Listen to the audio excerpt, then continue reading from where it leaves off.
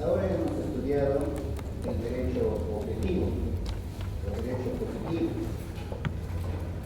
lo que es el derecho como norma jurídica, como ordenamiento jurídico. Escucho por allí algunas voces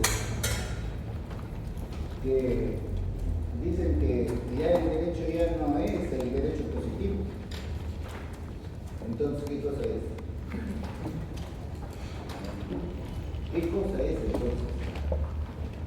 Hablar porque algún autor dice alguna barbaridad que a lo mejor algún autor famoso. Y entonces se repite eso. Cualquier ser humano en cualquier parte del mundo al derecho lo encuentra como norma, como leyes, como ordenanzas municipales, ordenanzas regionales, decretos legislativos, decretos supremos, resoluciones supremas, contratos, reglamentos, usos y costumbres, principios generales del derecho, sentencias judiciales, laudos arbitrales, ¿no? Etcétera, etcétera, etcétera. Así encontramos el derecho. Entonces tenemos que decir allí el concepto del derecho, lo que es, cómo lo encontramos en la realidad. Hay varias teorías, por supuesto, sobre el derecho. Hay una teoría del derecho libre, que dice pues que allí el magistrado, si no encuentra, por ejemplo, una ley aplicable, entonces él crea la norma, él debe crear la norma. ¿Saben qué? En una entrevista en el Consejo Nacional de la Magistratura, ex Consejo Nacional de la Magistratura, precisamente se le pregunta a un magistrado, ¿qué hace ir cuando no hay una ley aplicable? Y entonces dice que eso, en esos casos el juez debe crear la norma. ¿El legislativo de qué hace? ¿Qué teoría es esa? Tal teoría. ¿Y qué otras teorías hay? Menciona las otras teorías. ¿Y cuál de esas teorías sigue usted, doctor? La teoría del derecho libre. ¿No? Y era un profesor que incluso escribía en materia jurídica, profesor de la Universidad de Chile. ¿No? Era magistrado y era profesor. Por supuesto que él era imposible de que se le pueda ratificar, de que pueda continuar en la magistratura. Eso era imposible, inimaginable. Una persona peligrosísima. Él puede crear la norma al margen de la norma que está en el ordenamiento jurídico. Se redactó la resolución como está y se puso allí lo que él contestó. ¿No? Se produjo un escándalo en su propia universidad, lo tuvieron que sacar.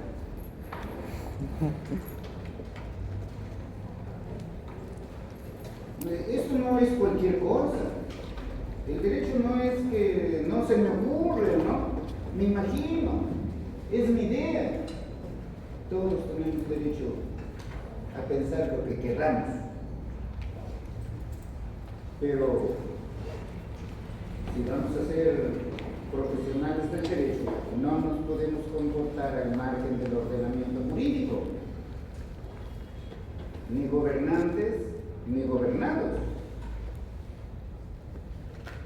Porque si nos comportamos al margen del ordenamiento jurídico, entonces estamos incurriendo en una violación, en una contravención al ordenamiento jurídico. Y eso trae consecuencias. Les vuelvo a decir que hay ciertos personajes que sueltan pues eso, ay, lo toman, ay, que va, no, claro, el derecho no es solamente derecho positivo.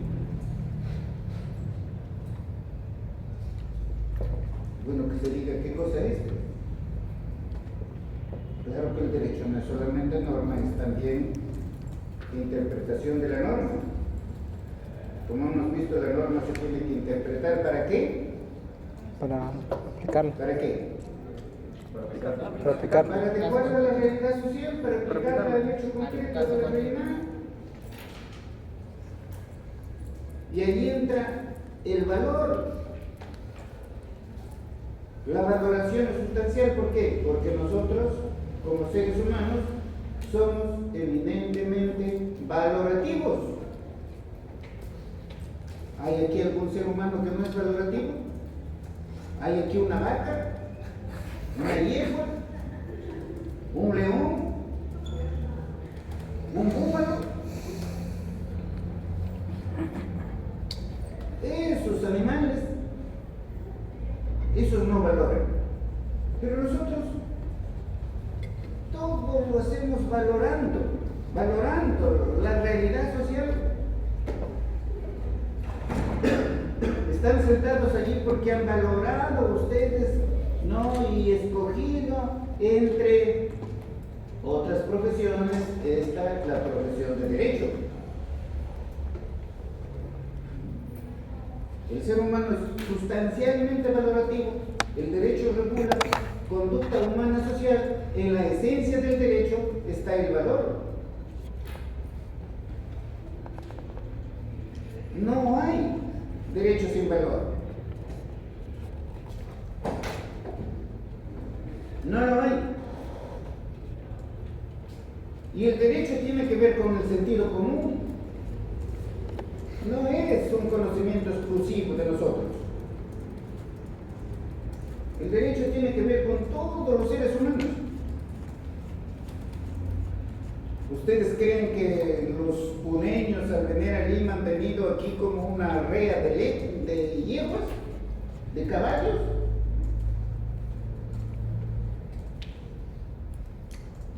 Ellos han venido como seres humanos. Organizados. Valoran, consideran que tenían que hacer eso en defensa de sus intereses, que es el interés de todos. A mí realmente no me ha mortificado eso, porque aquí han dicho eso. Ya el derecho ya no es norma, ya pues ya no, ya qué es lo que él piensa, lo que él se imagina, lo que se le ocurre, sus odios, sus venganzas, sus rencores, sus alegrías, sus tristezas, sus angustias. Entonces eso será ya pues derecho. No, cuando estudian derecho colóquense en la realidad, colóquense en la realidad. Como dice la teoría tridimensional, el derecho es hecho de la realidad social, ¿no? Norma que regula a esas relaciones sociales y valor, la teoría tridimensional. Claro que el derecho es mucho más, es hecho, es norma, es valoración, es espacio, es tiempo, y entra todos los elementos que están en nosotros, en los seres humanos. El derecho es eso. Las teorías nos ayudan a comprender el derecho, pero no es para repetirlas mecánicamente de memoria sin tener una noción de lo que es el derecho.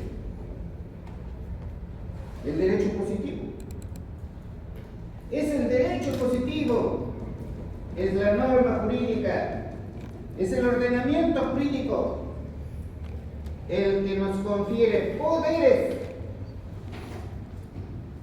atribuciones, autorizaciones Y a eso se llama derecho subjetivo. Derecho a la vida, a la libertad, a la integridad física, a la propiedad, a la posesión, al uso, a la habitación. Derecho a circular libremente dentro y fuera del país. Derecho a la alimentación, al vestido. Derecho a la vivienda. Derecho a la educación, derecho a la salud. Derecho al progreso, al desarrollo. Todos tenemos derecho al progreso, al desarrollo.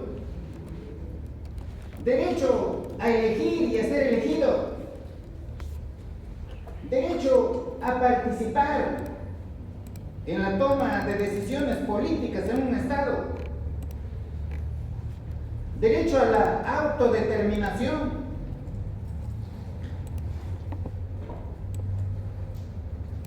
Derecho frente a la manipulación genética en esta época. Derecho al nombre, al domicilio. A constituir una sociedad, un comité, una fundación, una cooperativa, una sociedad comercial.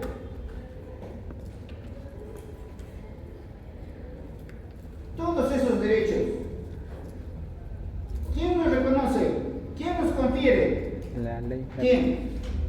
La Constitución. La norma, el ordenamiento jurídico. Constitución.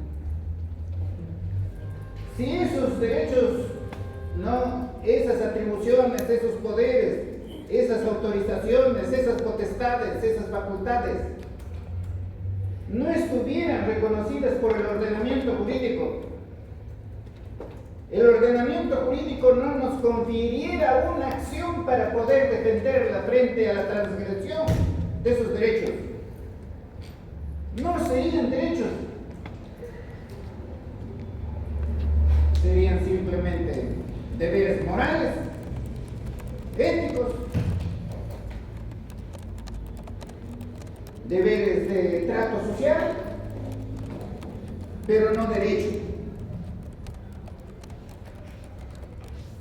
Es el derecho subjetivo, no es otra cosa.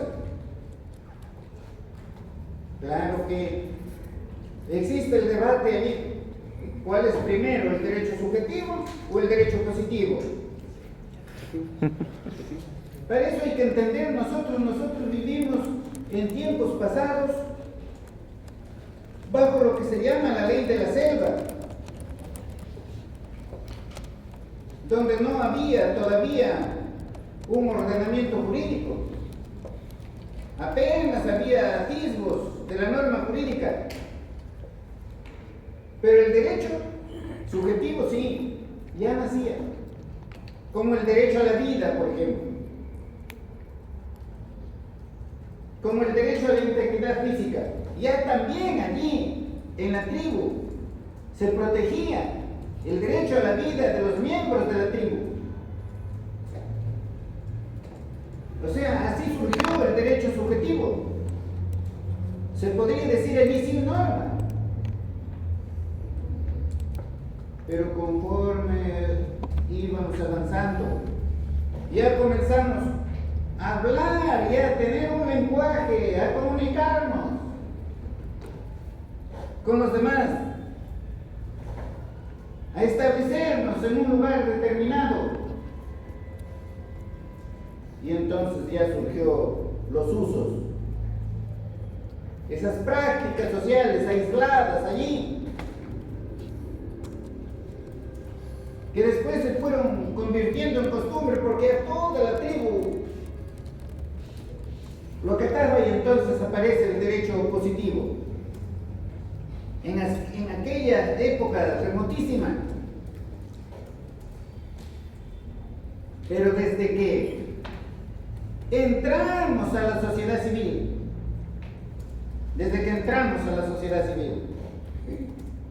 ¿no? El derecho positivo es el que nos reconoce derechos subjetivos que ya lo teníamos en el estado de naturaleza, como son el derecho a la vida, a la integridad física, a la libertad, por lo menos allí, dentro de la tribu. El derecho positivo nos reconoce esos derechos, por eso se dice, la teoría jus naturalista dice, no son derechos absolutos que la naturaleza, que Dios nos ha conferido.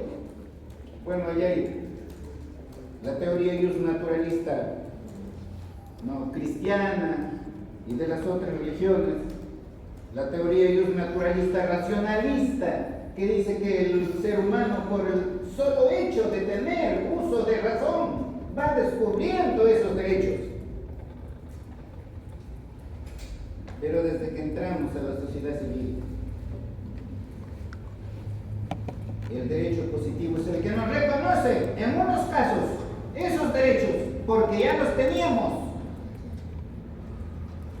Y en otros casos nos confiere, nos otorga, nos atribuye.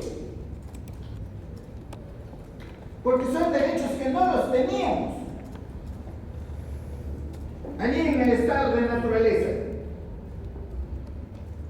Si no, el ordenamiento jurídico nos reconoce, nos atribuye eso. Nos atribuye, nos confiere.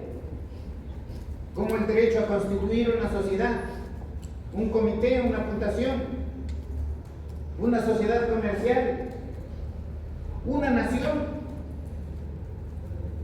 una comunidad determinada. Y los otros derechos para satisfacer nuestras más diversas necesidades. Pero ese es el derecho. Claro, en la doctrina hay ese debate inacabable en que cuál es primero. Para unos primero es el derecho subjetivo, después es el derecho objetivo y bla, bla, bla, bla, bla, bla. ¿Cómo lo encontramos en la realidad? Ahora el derecho subjetivo nos confiere el ordenamiento jurídico o nos reconoce el ordenamiento jurídico, si no, no es jurídico. Claro que esto que estamos diciendo en una sociedad como la nuestra resulta hasta extraño, porque ustedes van a encontrar después en la administración de justicia que reconocen lo que se está diciendo, pero a veces dicen, pero es puramente formal, es puramente político, no es jurídico.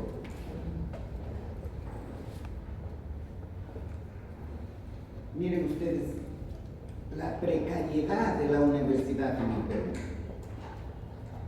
Nosotros hemos estudiado, lo que pasa es que no revisan ustedes la relación entre poder y derecho. ¿De dónde sale la norma? ¿Quién lo crea la norma? ¿El poder político? ¿Quién da la ley? ¿El poder político? Claro que también la sociedad, claro que también los particulares, en las normas particulares, pero la norma principal, lo del poder político, o sea, el Congreso de la República, lo crea. Pero esa ley, ¿a quién va a obligar? Va a obligar a todos. A ellos, a los del Congreso de la República y a todos los peruanos. Porque la ley obliga a todos. El poder político crea allí derecho. Y el poder político se tiene que sujetar al derecho, no puede actuar al margen del ordenamiento jurídico. Es el primero que está obligado a respetar el ordenamiento jurídico. Y si no respeta el ordenamiento jurídico, si actúa al margen del ordenamiento jurídico, se acabó el Estado de Derecho. Ya no hay Estado de Derecho. Porque Estado de Derecho es donde rige la ley. Como decía Aristóteles, el gobierno de la ley, no de los hombres, sino de la ley. ¿Pero qué quería decir? Que los gobernantes tienen que gobernar con sujeción a la ley. No puede ir en contra de la ley. ¿No? Hasta Sócrates, cuando le van a dar de tomar el veneno, sus discípulos lo quieren salvar, lo quieren hacer fugar.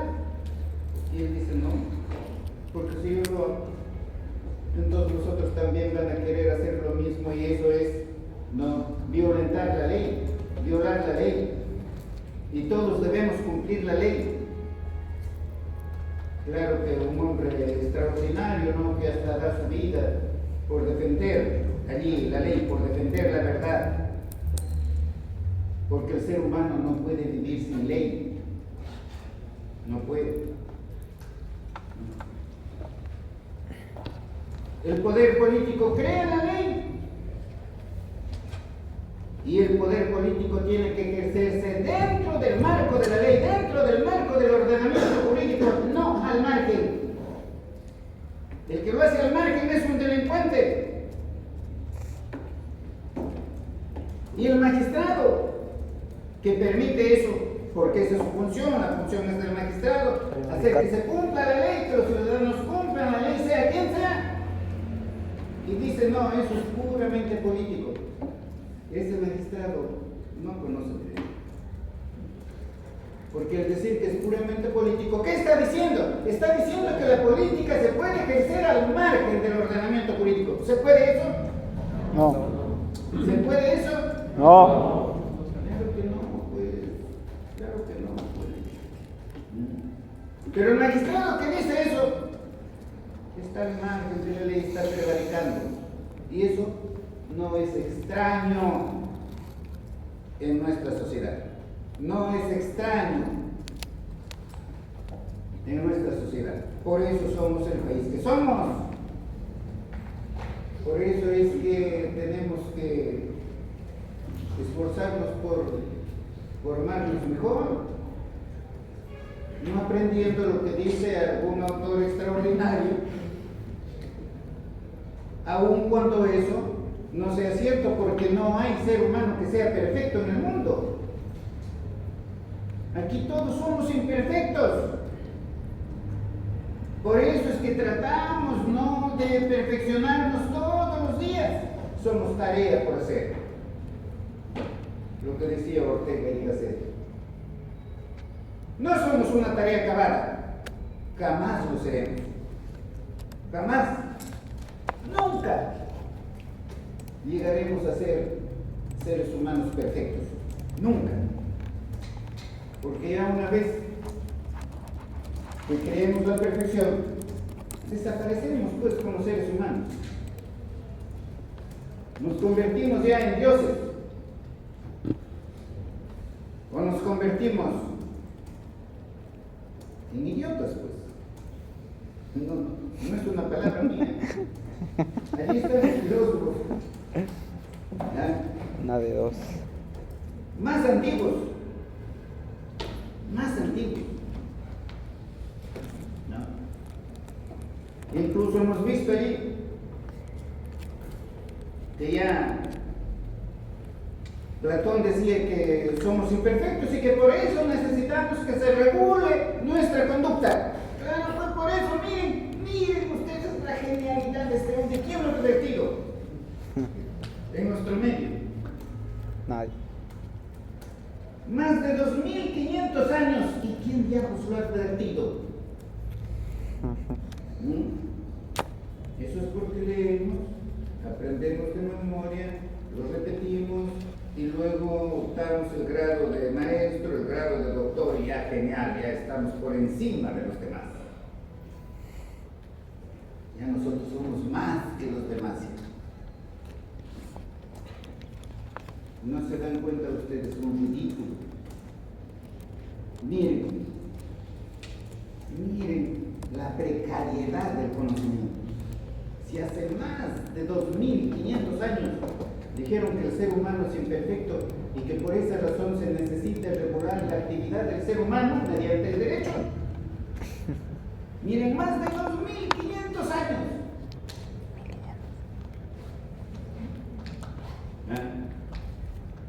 ¿Y qué hemos hecho nosotros? ¿Qué ha pasado con Roma? Que en 2500 años se quedó estancada allí. ¿No progresó más? No. Es que el niñito también lo hemos acostumbrado a aprender de memoria y a que repita de memoria. Y ponerle 20 si repite de memoria. Y si un niñito despierta y dice algo que no le parece y es razonable, distinto, calado. Claro que el maestro que solamente ha aprendido eso de memoria lo arruinó a esa criatura. Y eso es todito el Perú. Eso es todito el Perú.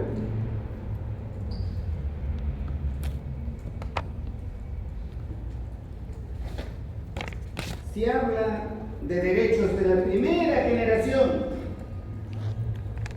que son los derechos individuales, civiles y políticos, absolutos, como es el derecho a la vida. Ustedes se darán cuenta, el derecho a la vida es universal, como todos los derechos humanos son universales, son iguales para todos en todo el universo. En cualquier lugar del mundo que vayamos, nos tienen que respetar nuestro derecho a la vida. Es un derecho connatural, es un derecho adherido a nosotros.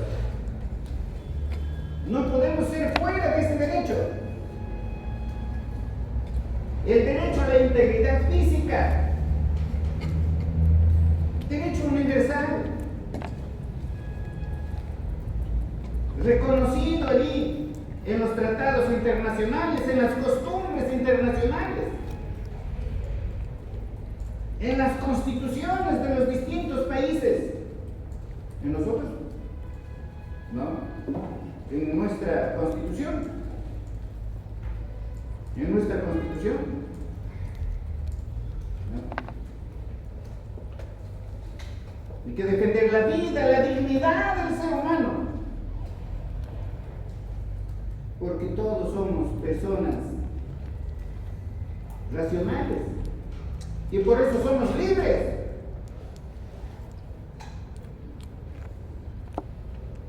Nuestra libertad no puede ser afectada. Somos libres de actuar, de transitar libremente dentro del país y fuera del país. Y de establecernos en cualquier otro país, respetando, por supuesto, las normas administrativas de cada país, que por razones de intereses superiores pueden limitar el establecerse en ese lugar. Pero fíjense ustedes, el padre Vittorio, como hemos leído en la clase anterior, ya hablaba que todos tenemos derecho a circular libremente dentro y fuera del país, y que si los naturales, los indios de estas regiones no nos dejaran establecernos allí, es justo hacerles la guerra para que nos permitan establecernos allí. Fíjense el valor allí de la libertad de transitar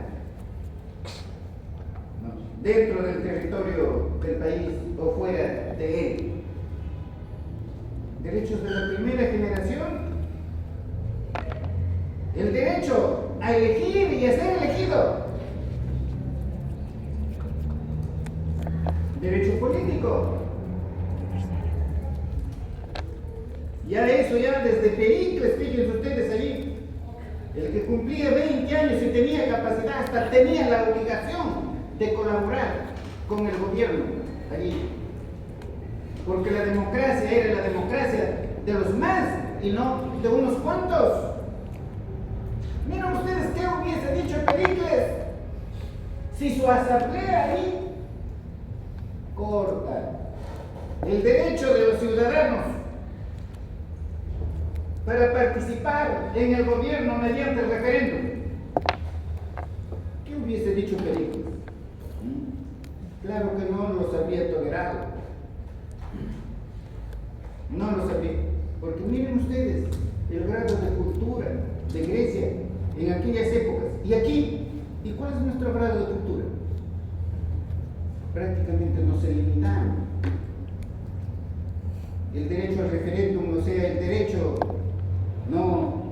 a que gobierne la palabra del pueblo, a que gobierne la palabra del pueblo, porque es el soberano. Miren ustedes, allí hace miles de años, más de 2500 años, ya se le reconocía al pueblo ese derecho, ya se le reconocía. Aquí, a este pueblo, le suprimen su derecho al referéndum, tranquilo, como la oveja, come allí, se alimenta bien como el chancho, no tiene la capacidad de qué estarán haciendo, no le importa, no le importa. Ese es el problema, entonces hay que salir de ese problema, pero para eso vamos a salir de la noche a la mañana. No, es una cuestión de educación. Y educación también al pueblo, por supuesto. También al pueblo. Por eso es que fíjense ustedes, Platón elevó a la más última función pública la educación.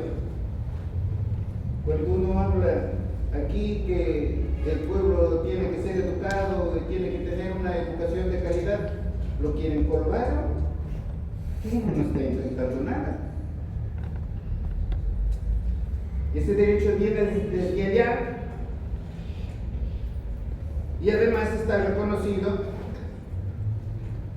en todos los ordenamientos jurídicos. Porque ¿cómo salimos de eso? ¿Cómo evitamos que nuestra gente viva solamente estirando la mano? ¿Cómo? Que cuando le toca, diga, lo que exijo es justicia.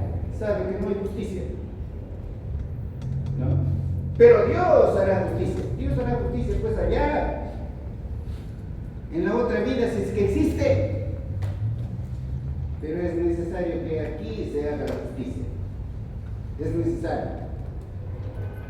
Sí, había un alumno que quiere intervenir. Sí, doctor, buenas noches.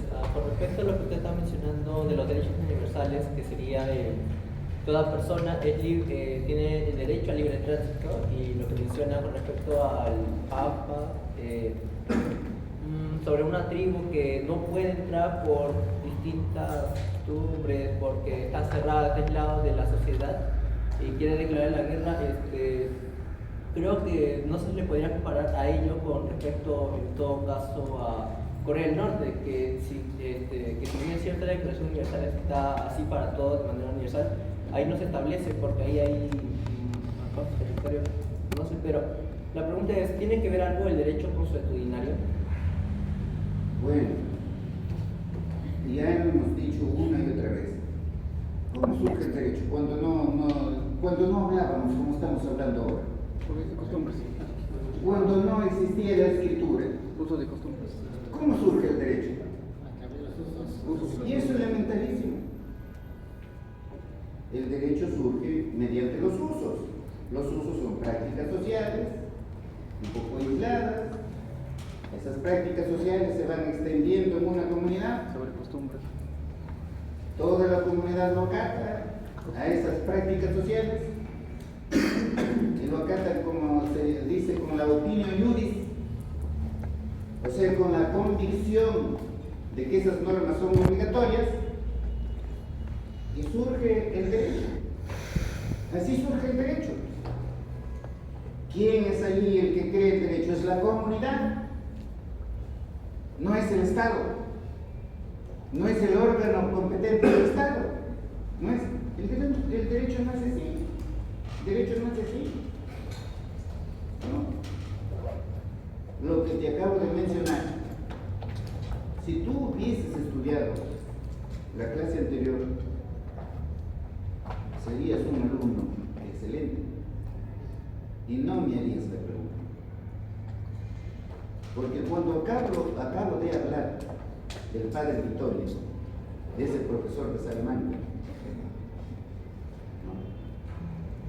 que después fue destinado a Argentina, no me acuerdo el lugar donde, para que trabaje allí como obispo.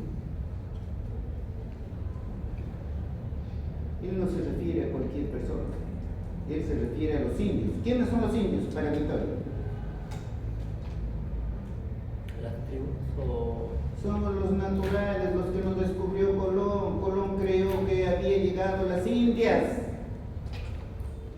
Por eso a partir de entonces nos llamaron los indios. Porque pensaron que somos de la India, pues, que somos la India. Pensaron que había llegado a la India. Ya después eso quedó los indios ya como una cuestión de desprecio. Esos indios, ¿no dicen? Esos indios. Todos nosotros somos esos indios, esos ignorantes, ¿no? Esos retrasados mentales, esos indisciplinados, como si ellos fueran disciplinados. Pero a eso llamaba Vittorio los indios. Los indios éramos todos los descubiertos por Europa. Y decía que los indios no somos inferiores al padre Vittorio. No. Decía que los indios podemos formar parte de la comunidad universal, que tenemos derechos fundamentales como cualquier otro ser humano. Lo que pasa es que ustedes no leen, pues. No leen, deben leer un poquito. Cada clase hay que repasarlo, porque si no, ¿cómo salimos? ¿Cómo salimos? Si no, vamos a caer pues en eso, de que un sujeto ha dicho por ahí, de que ya el derecho ya no es el derecho positivo, ya no es la norma, ya no es. Bueno, pues entonces, si ya no es la norma, ya pues deroguen todo el Código Penal, el Código Civil, la Ley General de Sociedad, deroguen todo. Ya no es la norma. Eso es estar hablando de estupideces. Y eso no es derecho. ¿Qué pasaría si mañana derogan todas las leyes penales? Delitos a por montones.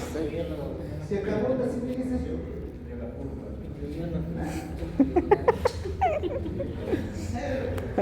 Por eso no es necesario pensar mucho. Esta noche derogan el Código Penal y todas las leyes penales. A partir de mañana no hay ley penal en el Perú. No hay. Como ha fracasado la ley penal, entonces deroguemos todas las leyes penales.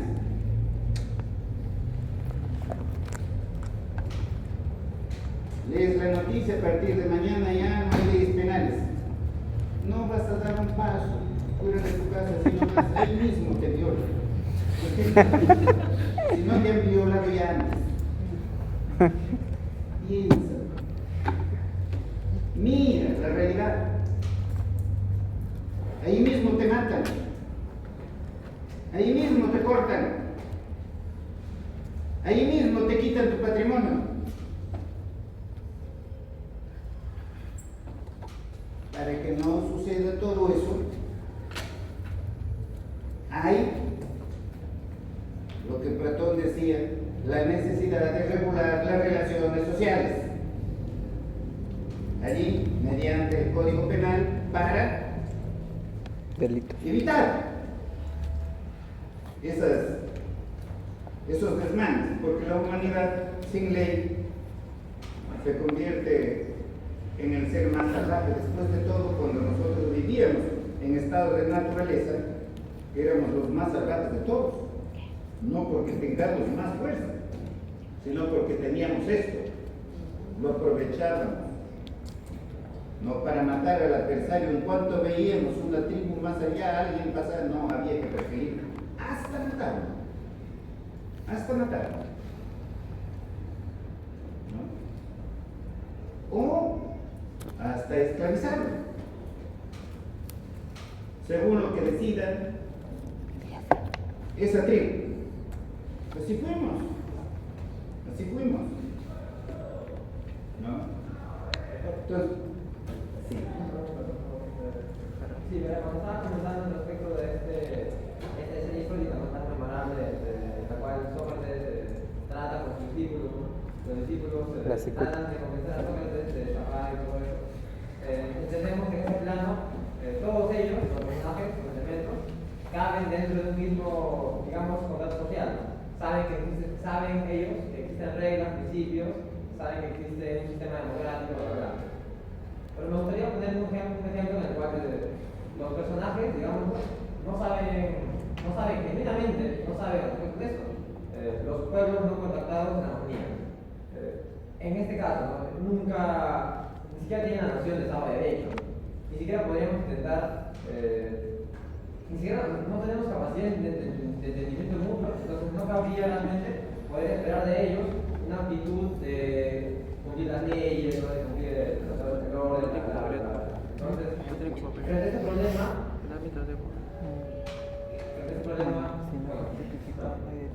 ¿qué hacemos? O sea, no es posible esperar de ellos una actitud de responsabilidad con el ordenamiento jurídico, entonces, ¿cómo lo tratamos? Bueno, como ustedes han visto seguramente por la televisión, todos hemos tenido la suerte de ver a las tribus de nuestra selva que no han tenido ningún contacto con la civilización, ¿cierto? Son seres humanos, tienen derecho. Ellos comenzaron a salir de allí porque nosotros los civilizados contaminamos sus aguas, y allí en la selva baja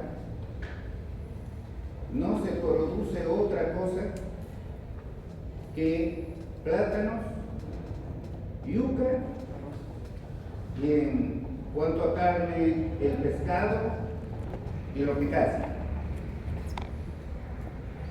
Se invaden sus comunidades, se destruyen sus bosques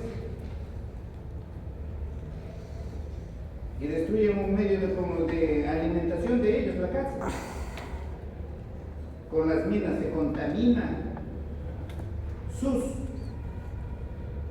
aguas, mueren los peces, y si no mueren los peces contaminados, ellos lo consumen y los mata a ellos. ¿Y a qué obligaron a esas comunidades de los no contactados a entrar al mundo civilizado? Y pudimos verlo a ellos. ¿Ustedes creen que ellos no tienen derechos? Ellos tienen sus derechos, tienen sus propias costumbres. ¿No lo están viendo? Ustedes allí viven en familia, en comunidad. ¿No lo están viendo allí cómo exhibe a su hijito para que no lo vayan a matar? Lo exhibe, así lo hemos visto, lo exhibe a su hijito. ¿Ya? Para hacer entender de que necesita alimento, de que necesita esto, como dice él. ¿No? Tienen un derecho incipiente, claro, no lo van a tener como nosotros, porque no saben ni leer ni escribir. Ni leer ni escribir. Pero cómo me gustaría, si yo fuera más joven, adoptar un niñito de esos, y solo para demostrarle a la sociedad, convertirlo en un genio en el Perú, en un genio, educarlo y que salga un genio, para demostrarles, mírenle. ¿Ah? Decirles a cualquiera de los que se creen superiores, mírale, ¿tú crees que puedes igualarlo a él? No podría. Somos iguales. Ellos son igual que nosotros. Son mujeres, son hombres. Igual que nosotros. Tienen derecho igual que nosotros. Entre ellos respetan la vida, o lo han visto que ellos se matan entre ellos. Entre ellos respetan su vida. Pero claro, no tienen pues el conocimiento, la cultura que nosotros tenemos, y ellos salen y a veces han matado a miembros de la sociedad civilizada, han matado con el objeto de encontrar algo para comer, ¿no? Eso ha pasado toda la vida, toda la vida. Por eso hay que ser más modestos frente a la agresión de ellos. ¿Qué hay que hacer? Nos tenemos que defender. Nos tenemos que defender, no nos queda otra cosa. Y si para defendernos vamos a afectar la vida, pues allí está, o la vida de ellos o la vida de nosotros. Cuando nos enfrentamos en la calle con un asesino que nos quiere matar, es o la vida de él o la vida de nosotros. Por eso nosotros hay la legítima defensa, que no sé si han estudiado, y si no lo han estudiado, lo van a estudiar, ¿no? Pero ese no es porque sean las tribus más salvajes, ya que no tienen derechos fundamentales, tienen derechos fundamentales.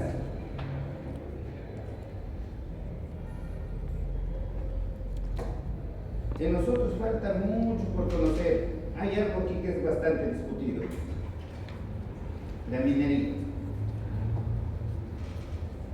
Miren, les voy a decir algo sobre la minería, que nadie lo dice, y que cualquiera lo va a coger ya como su programa político, ¿no? Y que no tiene nada que ver con la política. Su bandera.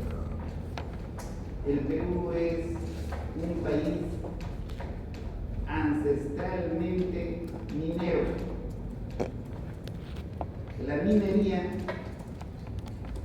genera muchísimos recursos. No hay otra actividad que pueda generar los recursos que genera la minería.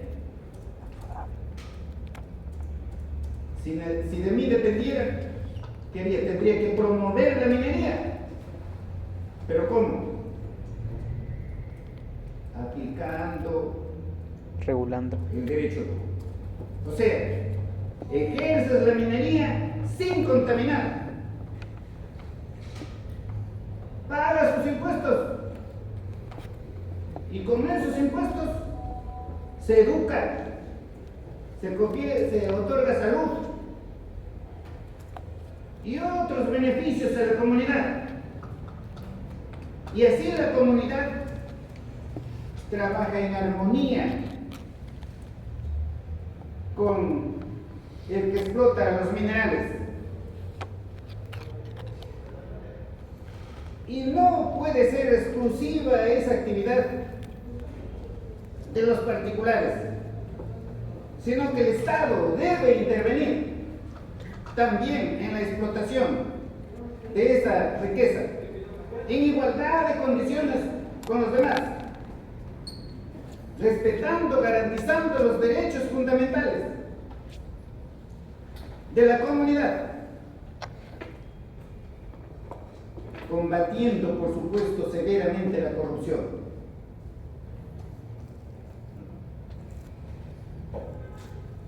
¿Y ustedes creen que la comunidad va a decir no a la minería en esas condiciones? La comunidad diría sí a la minería. La comunidad estaría de acuerdo con la minería. Pero se requiere, pues, de un poco de conocimiento, de un poco de imaginación para resolver nuestros problemas. Ustedes lo están viendo en Chile. ¿Ustedes creen que los chilenos quieren que se cierre la minería? Si con eso ellos mantienen actualizadas sus fuerzas armadas y eso contribuye para la educación y otros servicios públicos. Y allí el cobre, como ustedes saben, no, la explotación del cobre es por una empresa estatal, no privada. Pero aquí si uno dice eso, pues, no, Cobre sucio. lo califican como si fuera uno un criminal. ¿Y quiénes siguen a esos que están en contra de lo que acabo de decir? Las grandes corporaciones. El pueblo, la gente. ¿Por qué? Ignorancia. Por la falta de cultura, por la falta de educación. Por la falta de educación.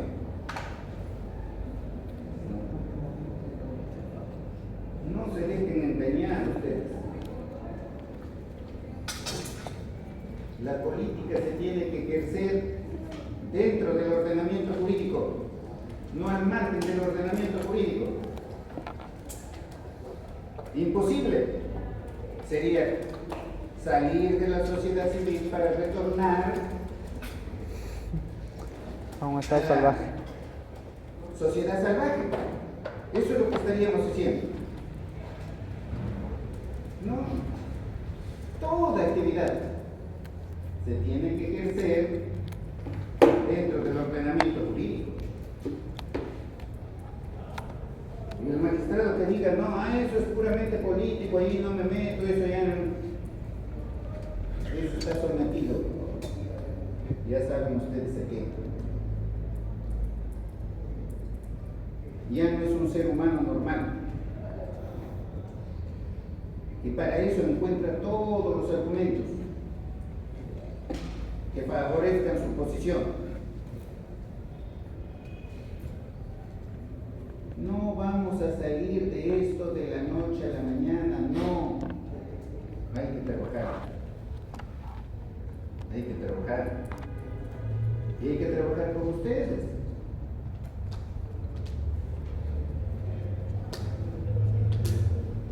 No para la satisfacción de mi interés, no, porque yo estoy de paso. Mañana puedo ya no estar,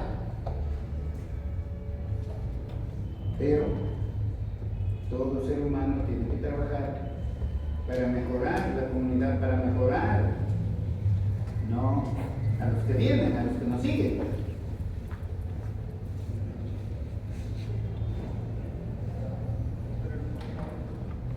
Con humildad, con sencillez, como seres humanos. O sea, lo que hay que procurar es ser un ser humano bueno. Eso es la esencia. Un ser humano bueno. O sea, bondadoso. Para construir una sociedad distinta. Porque si no, ver a unos jóvenes ahí, oiga, ¿qué nivel de aceptación tienen? El Congreso de la República, unos años. Entonces, ¿dónde vemos vivo? Entonces, ¿para qué viven? Eso también, las gallinas viven así. Los patos viven así. Los pájaros viven así. Y ya un ser humano sin ninguna preocupación ya. Y estudiando Derecho. O Sociología. O Economía. ¿No? Ciencias eminentemente sociales. Si son sociales, tenemos que estar vinculados con la sociedad, con la realidad social. No podemos estar al margen de la realidad social porque si no, ¿qué cosa estamos estudiando? No se puede. ¿No? De manera que lo que hay que meternos aquí es que todos los seres humanos somos iguales, derechos fundamentales. La igualdad ante la ley. Que no dice que todos vamos a ser iguales económicamente, no. Porque eso es imposible. Porque el ocioso, el vago, el que no estudia, no va a ser igual económicamente que el que estudia, que el que se esfuerza, que el que se sacrifica. Igualdad ante la ley quiere decir que ante la ley todos debemos ser tratados iguales. Y que todos debemos tener las mismas oportunidades. Las mismas. Sin discriminación alguna. Derecho fundamental de la primera generación. Derecho individual. Los de la primera generación son realmente derechos individuales, son derechos absolutos. O sea, son, como todos los derechos humanos, por supuesto, son universales. Son inalienables. No se puede enajenar, no se puede privar a los seres humanos en cualquier parte del mundo de esos derechos. Por eso son inalienables. Salvo, por supuesto, en excepciones, ¿no? Un estado de sitio, una situación de emergencia, etcétera, etcétera, etcétera. O, por ejemplo, ¿no? Tenemos que con el ingreso de muchos venezolanos al Perú se ha incrementado la delincuencia. Entonces, ¿qué tiene que hacer el país? ¿Qué tiene que hacer la autoridad? Lo que tiene es que controlar a estas personas para que no delincan, y los que son delincuentes pues se tienen que ir del país. ¿Para qué se hace eso?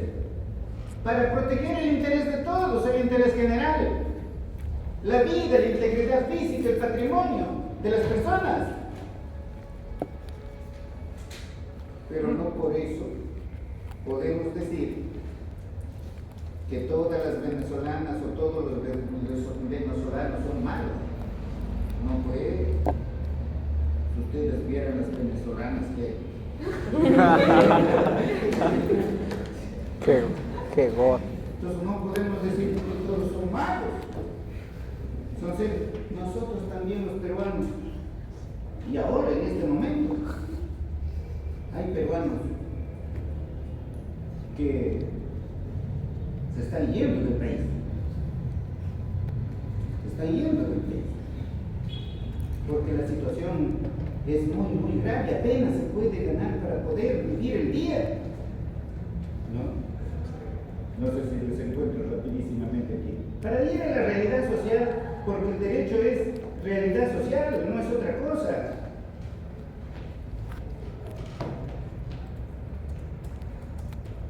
Miren, detalle cómo me dice una señora. Lo saludo, ¿cómo estás? Y todo eso, y dice: bien, gracias a Dios. Siempre trabajando y viendo las noticias de Perú.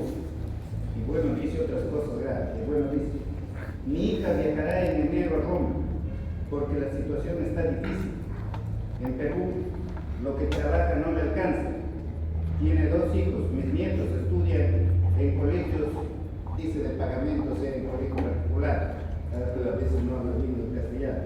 Ella me cuenta que Perú está muy mal. La delincuencia ha aumentado y el costo de vida es todo caro. Miente, ¿no es cierto?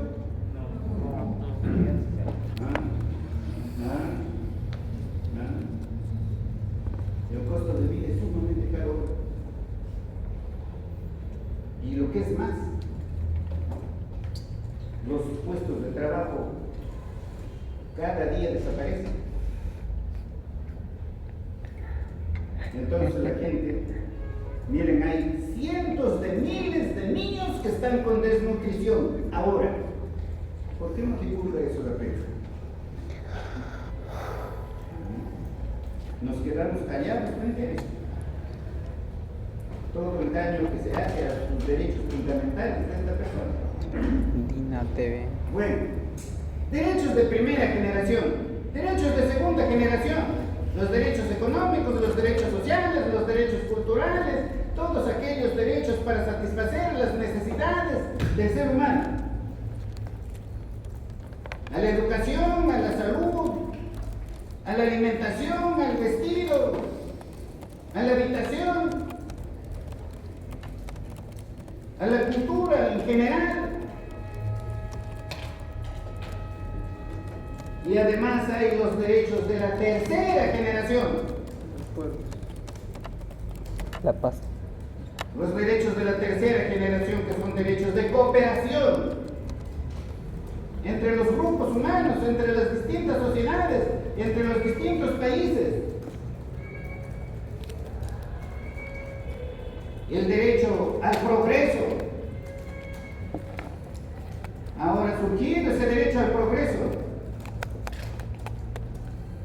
Ahora ha surgido ese derecho contra las manipulaciones genéticas. Termas. El desarrollo, el derecho al desarrollo sostenido. Sostenido, ¿qué quiere decir? Continúa. Que debemos desarrollar nuestras actividades económicas de tal forma que no destruyamos los recursos, porque eso va a servir para las generaciones futuras. Eso es crecer sostenidamente, mejorar sostenidamente, sin perjudicar a las generaciones futuras. Fíjense ustedes, se clasifica esos derechos subjetivos en derechos de la primera generación, de la segunda generación y de la tercera generación. Claro, por allí se habla de derechos de la cuarta generación, que sería ya reconocerle los derechos a los animales. Eso no es bastante discutido ahora, ¿no? Pero como seres humanos tampoco tenemos el derecho de maltratar a los animales. Tampoco, ¿no? Bien. El derecho, hace poco había leído que en el Perú se había propuesto una reforma constitucional para aceptar textualmente el derecho al acceso libre a Internet. Entonces, esa categoría, ese derecho De la tercera generación, ese es el derecho nuevo que hay ahora. Ese es un derecho y se convierte en un derecho ya fundamental. Fundamental. Ya no podemos vivir sin el Internet. Ya no. Nosotros los abogados, ¿cómo vamos a trabajar? ¿O cómo trabajamos ahora? Con eso. Las audiencias ahora son virtuales. Algunas tienen que ser presenciales por su naturaleza. Las otras son virtuales. Las clases no pueden ser virtuales. No. Porque eso es desconocer la realidad. Eso es desconocer nuestra realidad nacional. Hacemos la clase virtual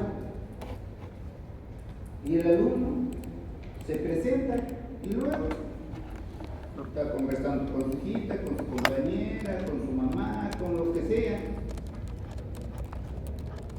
Se levanta, se va, vuelve a ingresar, ¿no? Uno le llama, le dice, no, a ver, para comunicar si tiene alguna conexión con la clase, hacerle alguna pregunta. Escribe allí, no, de que no, su sonido, eso no funciona. Micro. Su micro no funciona. ¿Ah? Ese es un engaño.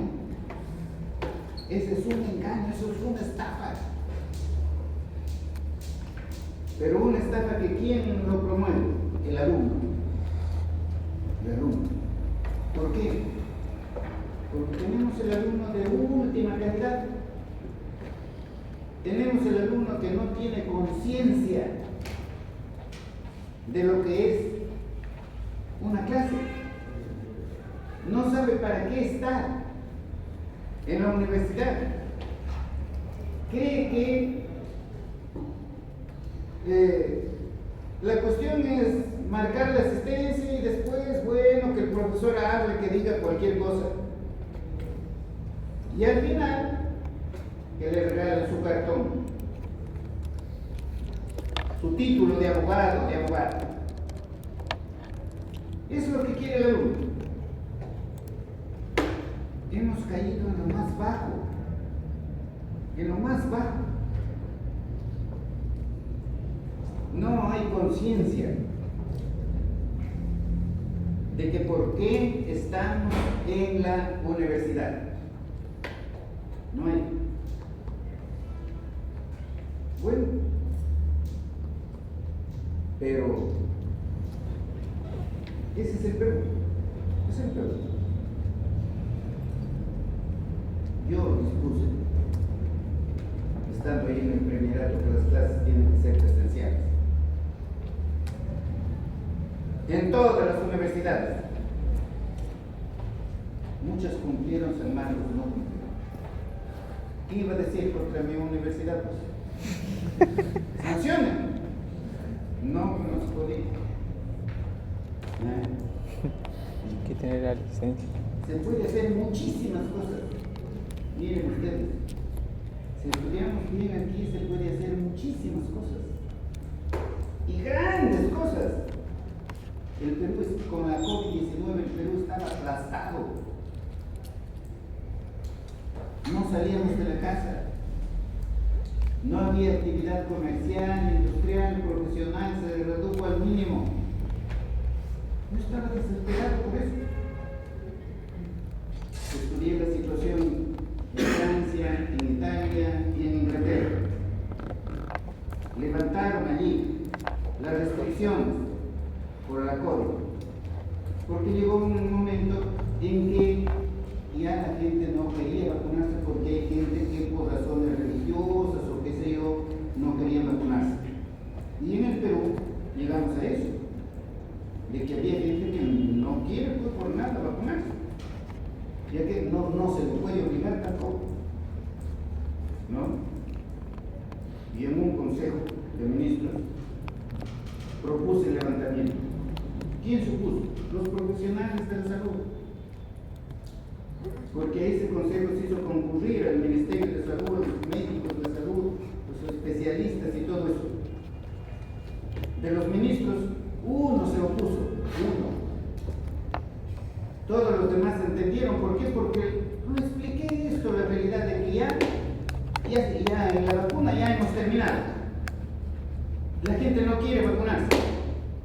No lo vamos a obligar a que se vacune porque la ley no nos permite. Levantemos las restricciones. Por mayoría, levantamos las restricciones. Dice que saquen la resolución, pero más rápido que inmediatamente, levantando las restricciones. ¿No? Muy bien. Segundo día, tercer día, yo salía a caminar en la calle. Como les he dicho, el Perú salía a caminar. Uy, toda la gente se abalanzó en la calle. Ustedes no saben la satisfacción que yo sentía dentro de mí. Se liberó el pueblo. Se liberó la actividad económica con la cual vive la gente. O sea, fíjense ustedes, para gobernar no es suficiente la buena voluntad, no. Se requiere conocimiento. Y los que están ahora, muchos de ellos, me conocen, saben que ellos no van a poder resolver los problemas en que ahora nos han metido, saben. ¿No? Pero ellos están diciendo porque ellos son los inteligentes, ellos son los capaces, ¿no? Y todos los demás son ineptos, ¿no? Y los medios de comunicación, ustedes ven ustedes cómo es. ¿Ah? Todos han visto que pasaron en un canal cuánto gané como ministro, ¿o no? 20. ¿Vieron o no? Sí. Ahí. ¿Ustedes quieren que gane un céntimo más que cualquier otro ministro? Ni un céntimo más. Pero miren cómo es la prensa, para atacar, para agredir. ¿No? Solamente a mí. solamente. Esa es la cochinada de prensa que tenemos. Esa es la que me ataca permanentemente. Ese es el Perú. Ese es el Perú.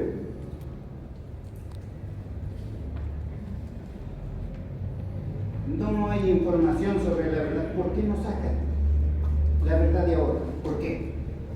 ¿Por qué no lo sacan? ¿Por qué no sacan cuánto ganan actualmente los ministros? ¿Por qué no difunden, no, cuando el Premier ha metido allí a unas sus amigas mujeres ganando cerca de 30.000 soles mensuales? ¿Por qué no sacan eso? ¿Por qué? Prensa sucia, malvada, hecha por el mal. ¿No? Claro que yo no contesto en los mismos términos. A mí me insultan y hasta nomás yo no puedo insultar. Digo cosas fuertes, sí, digo cosas fuertes, no, pero no con las groserías que habla esa gente, no con eso. Por eso les digo, estudien, no te consideres menos. Si tú estudias bien aquí, te paras en cualquier sitio, y bien. Claro que no vas a transformar el mundo porque alrededor tienes al poder inmenso, que no lo vas a poder derribar en un instante. No se puede. ¿No? Pero, ¿qué hice con esa actividad, con esa acción? Defender los derechos individuales de todos los peruanos. ¿Quién diablo lo ha hecho? ¿Y quién diablo lo podía hacer? Defendí el derecho al trabajo, el derecho a la libertad, el derecho a la diversión, el derecho a alimentarse, porque solamente con el trabajo se puede. Pero ¿y? ¿Algún medio dijo eso? No, nada. Ese es nuestro país, ese es nuestro país. Pero yo sí estoy contento con que yo he despertado a la población, es cierto. Ahora me está procesando el Congreso por haber despertado a la población, por haberle dicho sus derechos fundamentales a la población, y la población ya lo entendió. Muéranse ahora.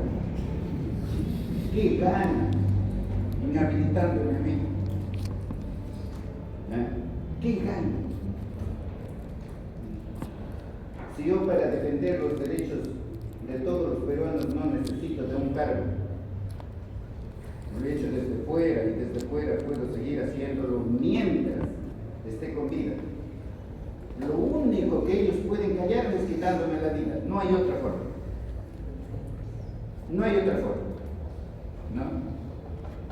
No hay.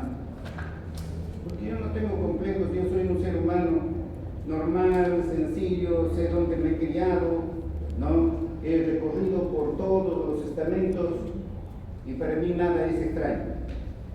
Nada es extraño. Y hasta ven ustedes, hasta me he olvidado de envejecerme porque sigo trabajando. Sigo trabajando y sigo ganando la vida. Buenas noches.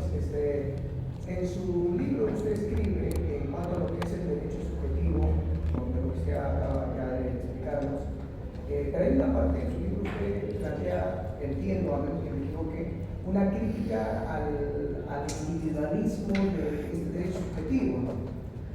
Ya que emana, sale desde el siglo XIX en cuanto a la teoría general del derecho. En la actualidad ha variado, bajo su crítica que ha hecho su libro, ha variado el sentido muy individualizado del derecho subjetivo, donde usted manifiesta, ¿no?, que también se tiene que dar el entendimiento del derecho colectivo.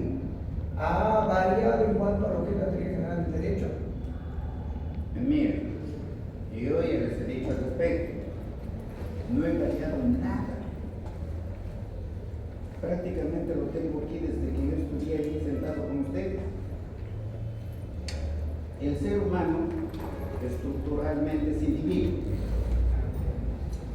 es único, es irrepetible, es insustituible. Como individuo tiene derechos fundamentales, tiene derechos absolutos, de un lado. Pero de otro lado, el ser humano estructuralmente es sociedad. No puede ser fuera de la sociedad, ¿no? Y ya saben ustedes por qué, para no repetir. Y como sociedad se tiene que respetar sus derechos sociales. Se tiene que respetar sus derechos sociales, ¿no? Ahora, si ustedes han escuchado un comentario que hice en una... ¿Cuál es esa? Amachac. Sí, Amachac, ¿no? Amachac, sí, Amachac. Amashi. O Amachac. Machu. Invita a una conferencia, doy la conferencia y prácticamente ni se difundió casi, pero se ha encargado de difundirlo porque me ha venido una crítica pero feroz de parte de Panorama. Pero, ¿y para qué hicieron eso? Ahora sí, lo he publicado todo el discurso. Y ahí van a encontrar que presentamos un proyecto, por ejemplo, en contra de los monopolios, oligopolios, posesiones dominantes, acaparamientos, ¿no? Y además presentamos un proyecto de ley para una convocatoria asamblea constituyente y decimos cómo debe estar constituida la asamblea constituyente, por representantes de los partidos existentes, de las agrupaciones independientes y todo eso, ¿no? Y también por representantes de las comunidades campesinas, de las comunidades indígenas. ¿Alguna vez en la historia del Perú han hecho eso? Nadie, nadie. ¿No? Hemos hecho eso.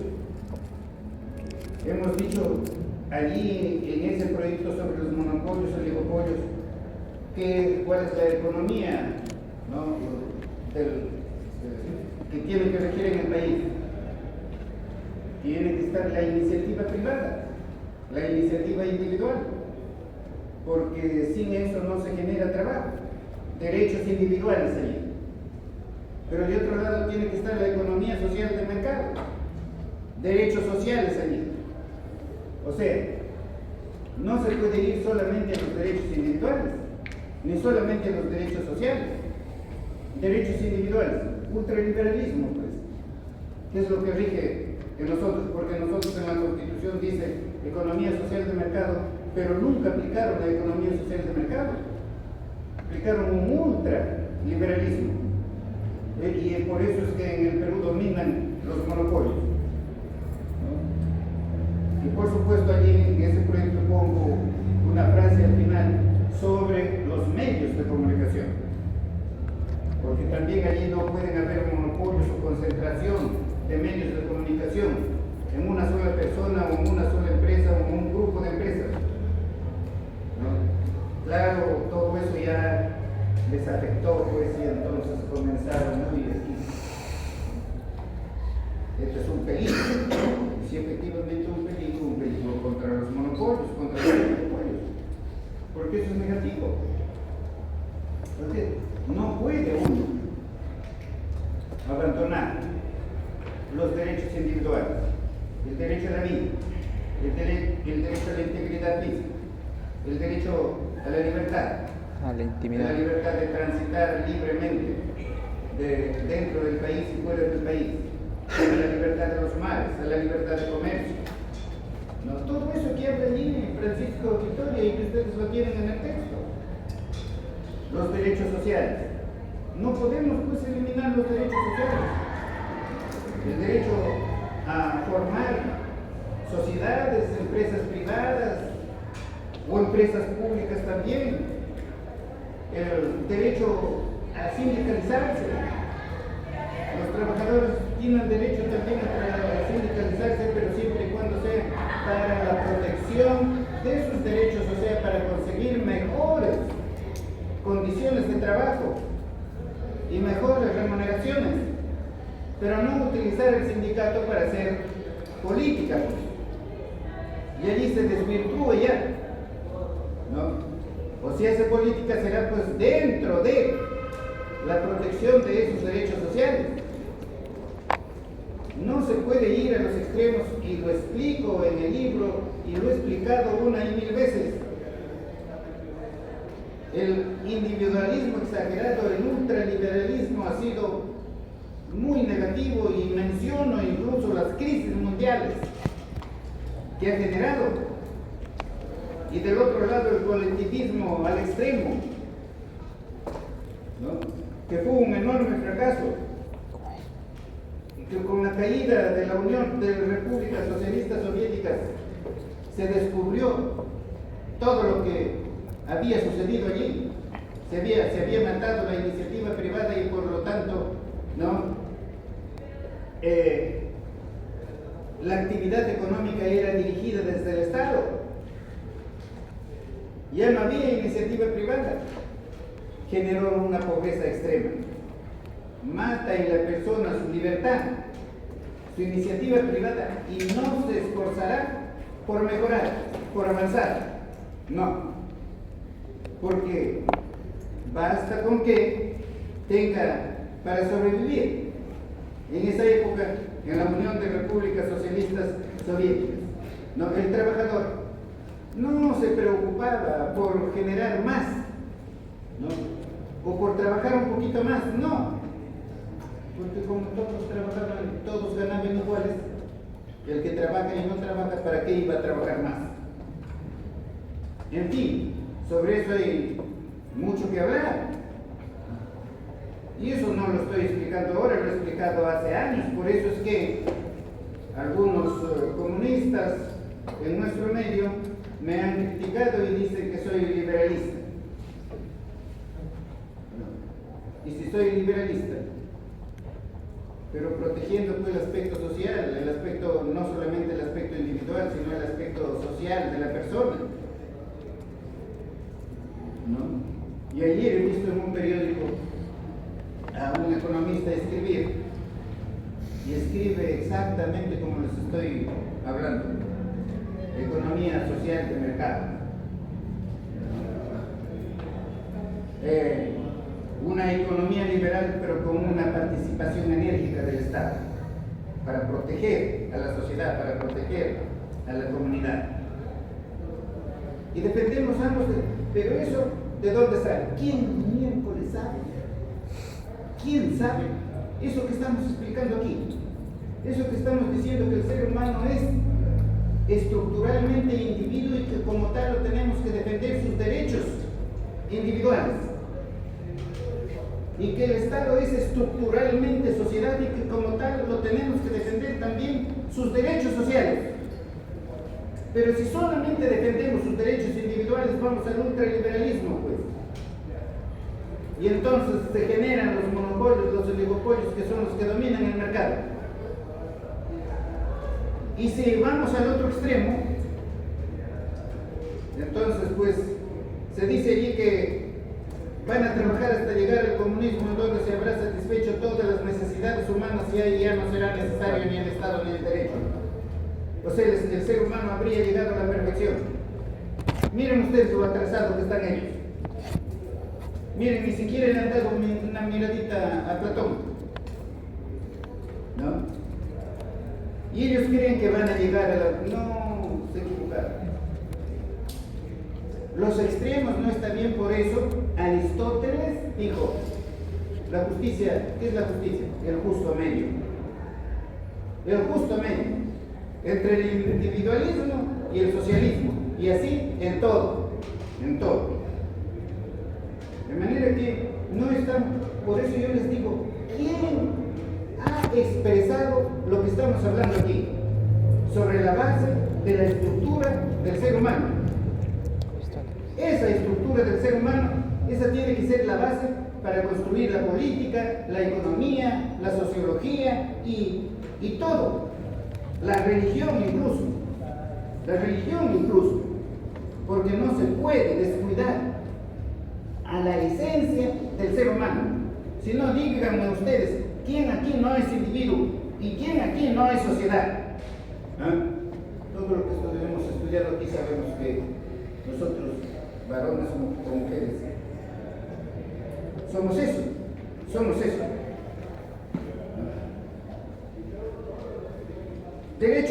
Derechos individuales, pues tenemos que tener el derecho a la no discriminación. Por ninguna razón. ¿Cómo vamos a dejar de reconocer eso? El derecho a que todos nos miremos como iguales, sin discriminación por razón de sexo, por razón de color, por razón de raza, por razón de origen, por razón de poder económico, por razón de poder social. No, pues, miren, ¿acaso yo estoy inventando eso? ¿Acaso yo estoy inventando eso? Ustedes leen cualquier texto, un buen texto, y van a encontrar que están diciendo lo mismo. ¿Por qué? Porque al ser humano no lo podemos discriminar. Claro que felizmente eso no hay en el Perú, ¿no es cierto? ¿Ah? No hay, ¿no es cierto? ¿No? Falso. No hay en el Perú. No hay. En el Perú todos somos iguales, ustedes son igualitos que los que tienen ascendencia inglesa en determinado sector. Igualito les tratan, igualito. Por eso somos una buena sociedad. ¿No? Pues hay que mirar nomás la realidad. Hay que mirar la realidad. Porque somos así, somos menos que los ingleses. No. Estando en ese trabajo, mis mejores amigos fueron de Inglaterra. La embajadora incluso para despedirse hice porque ya lo cambiaron, se fue a despedirse y prácticamente lloró la señora. Gente buena hay en todo el mundo. Gente buena hay en todo el mundo. A nadie le va a gustar en el mundo de que tú te consideres inferior. Y peor, a nadie le va a gustar de que te consideres superior. A nadie. ¿No? Bien, entonces, derechos de la primera generación, de la segunda generación, de la tercera generación, y algunos hablan de la cuarta generación, pero eso, bueno, los dejamos allí. No sé si podemos hacer un pequeño receso. ¿Un pequeño receso? Sí, sí, Ah, muy bien, sí. Está muy bien, Carlos. ¿De 15 minutos?